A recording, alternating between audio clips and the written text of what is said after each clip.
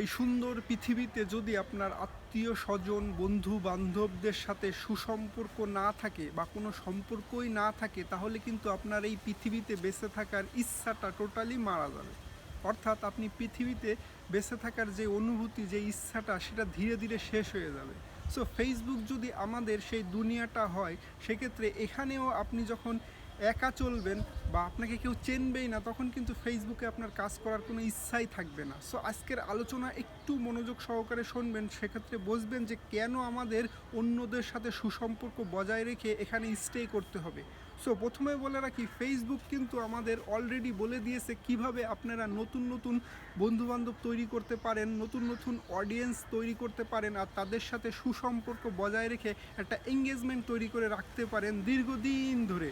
অর্থাৎ আপনি যদি এঙ্গেজমেন্ট যত বেশি যার সাথে তৈরি করতে পারবেন, আপনার এখানে অর্থাৎ ফেসবুকে আপনি ততদিন স্টে করতে পারবেন। অর্থাৎ যদি লম্বা সময় ফেসবুকে থাকতে চান, সেক্ষেত্রে আপনাকে প্রতিনিয়ত মানুষের সাথে এঙ্গেজমেন্ট রক্ষা করে চলতে হবে, নতুন নতুন বন্ধু তৈরি করতে হবে, ভালো বন্ডিং তৈরি করতে হবে। সেক্ষেত্রে কিন্তু আপনি এখানে লম্বা সময় থাকতে পারবেন। আপনি বিশাল ফলোয়ারের মালিক, 1 লক্ষ 2 লক্ষ ফলোয়ারের মালিক, অথচ আপনাকে কেউ চেনে না, সেক্ষেত্রে কিন্তু কোনো ভ্যালু থাকলো না আপনার।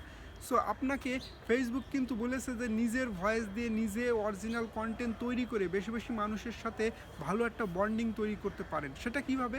সেটা হলো আপনি কোনো পোস্ট বা কোনো ভিডিও বা কোনো টেক্সট বা লং ভিডিওর মাধ্যমে আপনি যখন ফেসবুকে পাবলিশ করবেন, তখন ওই পোস্টে অনেক মানুষ, অনেক অপরিচিত মানুষও কিন্তু কমেন্টস করবে। আপনার দায়িত্ব কি? আপনার এটা নৈতিক দায়িত্ব। যদি আপনি অ্যাজ এ কন্টেন্ট ক্রিয়েটর হতে চান, সেক্ষেত্রে আপনার নৈতিক দায়িত্ব হলো যে কমেন্টস করেছে তার কমেন্টসের সুন্দর রিপ্লে দেওয়া, আর সুন্দর রিপ্লে দেওয়ার মাধ্যমে তার বাসায় ঘুরে আসা, তার সাথে একটা ভালো সম্পর্ক তৈরি করা, যেন আপনাকে চেনে। আপনি যে ইউসুফ আলী খান এখানে কন্টেন্ট ক্রিয়েটর হতে এসেছেন, আপনাকে অবশ্যই তাকে চেনাতে হবে যে হ্যাঁ, এই লোকটার সাথে আমার ভালো সম্পর্ক, সেও, তাকেও আমি চিনি, আমাকেও সে চেনে। এই হচ্ছে একটা সম্পর্ক।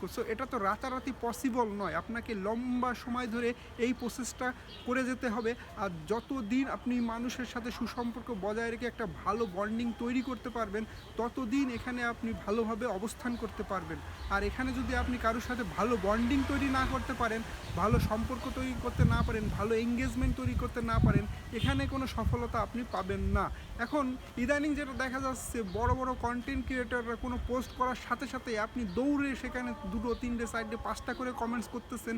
এমনকি অন্যরা যারা কমেন্টস করেছে তাদের কমেন্টসও রিপ্লাই দিচ্ছেন, রিয়াকশন দিচ্ছেন আরও 10 জনকে। কিন্তু আপনার নিজের পোস্টটা করার পরে যেখানে যে কমেন্টস করে গেলে ও একজন মানুষ গুরুত্বপূর্ণ সময় এখানে ব্যয় করলো, গুরুত্বপূর্ণ সময় নিয়ে সে সুন্দরভাবে কমেন্টসটা লিখলো, তার কমেন্টসের আপনি রিপ্লাই দিচ্ছেন না। এটা কিন্তু ঠিক না। আপনাকে যদি অ্যাজ এ কন্টেন্ট ক্রিয়েটর হিসাবে এখানে দাবি করতে হয়, সেক্ষেত্রে আপনাকে আগেই সর্বপ্রথম ওই কমেন্টসের রিপ্লাই দিতে হবে। ওই কমেন্টস রিপ্লাই দেওয়ার সাথে সাথে ওই লোকটার সাথে সুসম্পর্ক বজায় রাখতে হবে, সুসম্পর্ক তৈরি করতে হবে। ধীরে ধীরে আপনার ওই লোকটার সাথে পরিচিতি বাড়াতে হবে, ওই লোকের সাথে দীর্ঘদিন ধরে আপনাকে থাকতে হবে।